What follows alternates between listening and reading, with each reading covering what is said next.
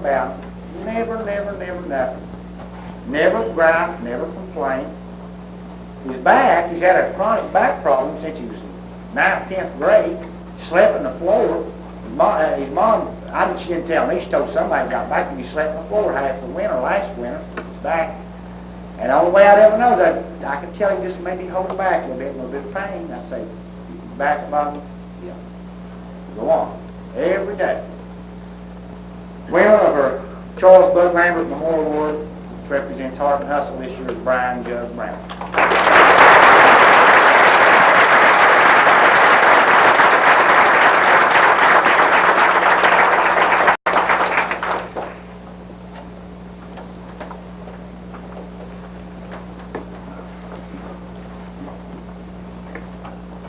Our next award is the Paul Williamson Memorial Award, and it represents that athlete that we feel like is just most talented, just God-gifted talent. And, it's a plaque. It's given by his son, Andy Paul Williamson, who wasn't too bad himself. Paul played here in the mid-'60s, and he was a senior when I was a sophomore. I was a point guard, and played inside on a wing. Really played about wherever Kyle wanted to use him. He was that type of player. He could play about any position on the floor. And I remember Coach used to use him all the time. He's just about 6'1". Coach used to use him all the time on the inside to draw fouls. If somebody had a real good offensive big man inside, Coach said, we're going to put Paul down inside and really work the ball to him and then draw some fouls and get this guy out there. And he'd do it too. Coach always said, and that's what we based it on. I remember what Coach said about him. I think Coach Gutson gave the first one away. And, he said he had most talent, God-given talent of anybody that he ever coached. And this year's winner was a leading scorer, and he was our second leading rebounder. He led the team in steals, and he was a leading field goal percentage shooter. He shot 60% from the floor, and he shot 171 free throws for 71%. And the thing about this 171, I don't know if y'all realize that's a lot of free throws. And if I kept any kind of records on that, I'd say he owed some kind of career record for that, but he goes to the line a lot. And the winner of the Paul Williamson Memorial Award this year is Jason Ellis.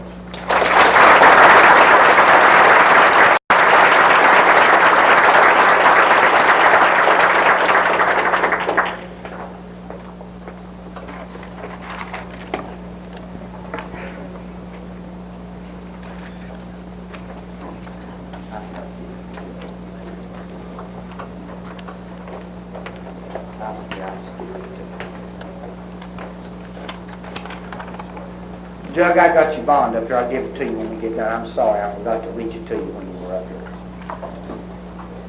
here. The next award that we're giving away is the Steve Dial Memorial Award, and this award,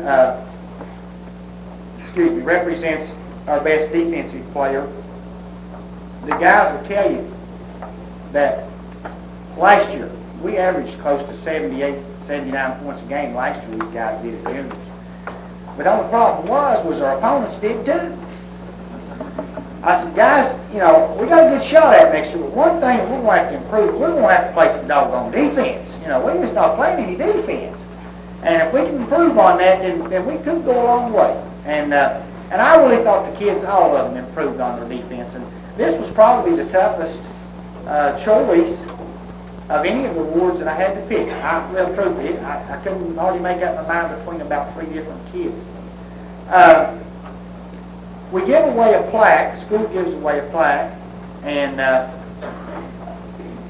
Stevie's parents, Mr. and Mrs. Laurel Dial, gives the winner of this award $300. Stevie played on our only undefeated regular season team in 1973. It was Kyle's last year. They lost to Paving City in the semis of the state tournament. This team was regarded by a lot of people as the best that's ever been here. Stevie's job on this team was kind of anchor of the press. He played the point on the press. And, he averaged in double figures, done a good job as a point guard. But his big job for this team right here, they had some more scorers, and Stevie's big job was playing defense, playing the good, sound defense. And I'd like to go ahead and mention a little something else about Stevie. I'm sure a lot of you people in here knew him because, you know, Stevie's not been gone that long. He played a lot of softball and basketball independent after he got out of school. He made a lot of friends, and everybody really enjoyed him, enjoyed his personality. And I never heard anybody say anything bad about him. Everybody just loved him. He's just a great human being, and we all miss him in the community now. The winner of our Steve Dow Memorial Award this year made our press very effective when he played the top too. We had him on top. Our press was at its best. He could have played other positions, and we used him at other positions at times. But our press was better when we had him on top. He was our leading defensive rebounder, and he blocked more shots at 6'1" this year than anybody I've had since Scott Fry played here back in '78. A lot of times in late game situations, whenever we were playing the good teams that had the big guards like Keffer from Man, Dillon from Tulsa, Wells from CK, and they started going with the threes late in the game trying to cut into our lead, we'd bring this guy out from underneath the bucket, him our biggest player, and let him play the guard. See, we practice a lot against our alumni in here, and Mike Cherry, the sports writer from the Charleston Daily Mail, he got a kick out. He almost wanted to write a story on it. He's been over here a couple of times, and every time he's come, you see a bunch of guys out here with beards. You say, we'll play. I said, nice, some alumni going with us today. You do that all the time? I said, sure do. I said, sure do. But one of our alumni, Stuart Watts, comes in and plays with us all the time. Now, all these guys will tell you Stuart stays in tip-top shape, and he's a real good basketball player. Boy, he'll tell you he can shoot those threes. And whenever I get mad at these guys for not stopping, we'll put Benny on him. He'll say, boy, I tell you, I'd rather for anybody in here play me than Benny. He said, Benny does a good job. So the winner of our Stevie Dow Memorial Award this year is Vincent Wild.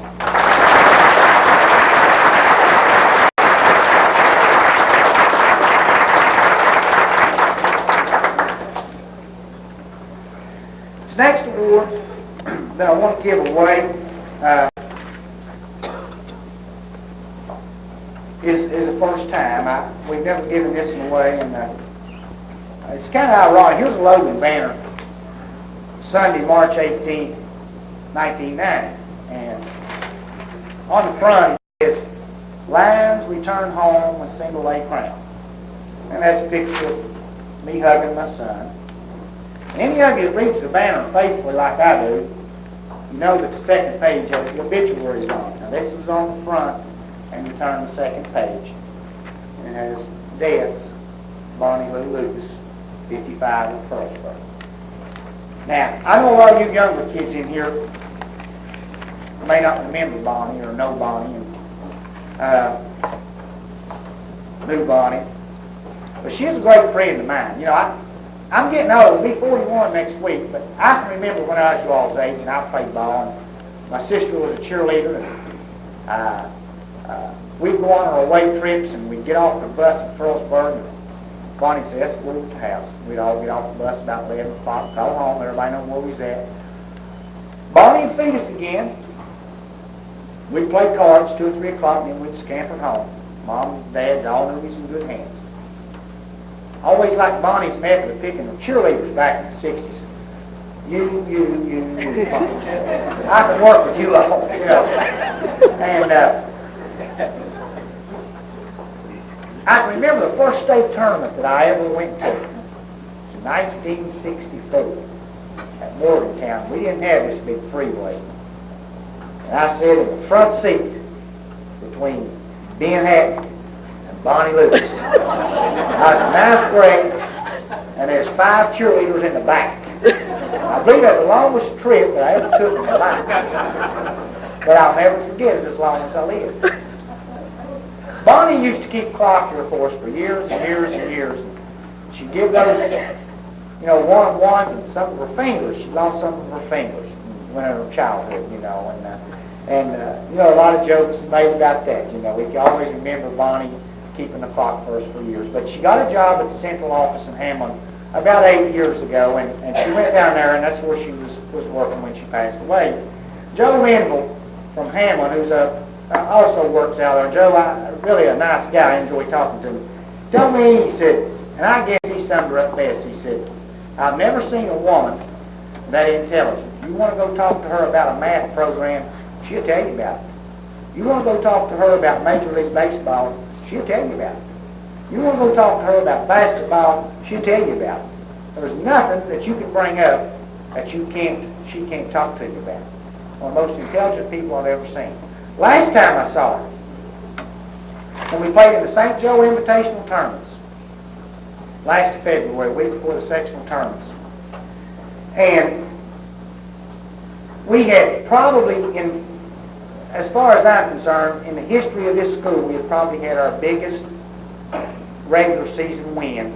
I felt like that when we beat Huntington East, the team that was ranked in AAA, having a very good year, I felt that as regular season, as far as recognition, that was the biggest regular season win in the history of this school. I really do. And I saw Bonnie out in the hall. And I hugged her, and kissed her, and she looked up at me, and she said, would you have thought we'd have come this far since the 60s? And I said, no, Bonnie, I really never. She said, me either. And the next week she had a heart attack, and my Aunt Lois went by and saw her, and the tournaments were still going on, and she told Aunt Lois, she said, cheer for me. So it was kind of ironic, the timing on it and everything, and I just want to remember her by giving an award away in her name, and I wanted to call this an award an Outstanding Service Award, and it doesn't go necessarily to a kid, you know, it goes to an adult or whatever. I wanted to pick someone that has helped us, you know, all the time, helped the program, and it was very hard this year. 10 people worthy of this award, but you know, we wanted to give one at a time, and everybody that I didn't get to this year, you're going to be around and you're going to get it as time goes on. And we just talked about it, coaching staff and Mr. Lucas and all of us, and we wanted to pick somebody we thought it was worthy of it. And believe me, there's a lot of people out there that's worthy of it. I tell you, with all these tournaments we got into and everything this year, I swear I never had so much help in my life. And but this guy, if you see his camera's in the way, back there's one. He's over, all these wires are sticking over tonight. He's the guy that we decided to give the first one to. And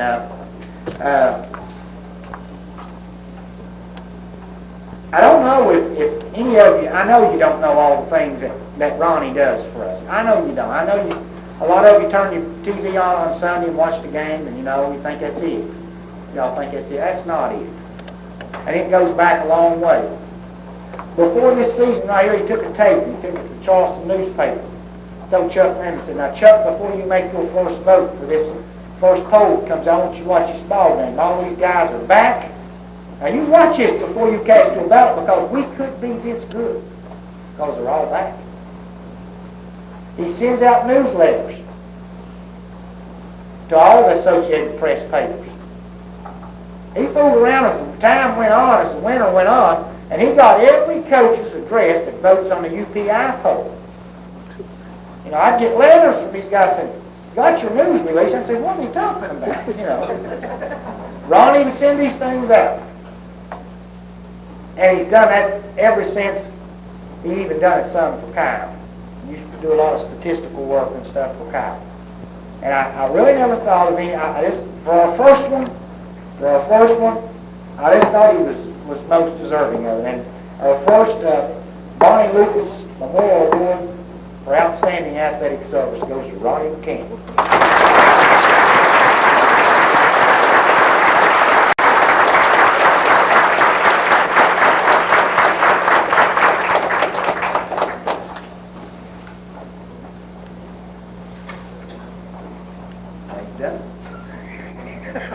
All right, let me have Ronnie just, he wants to recognize his crew, Chelsea, while you're ready.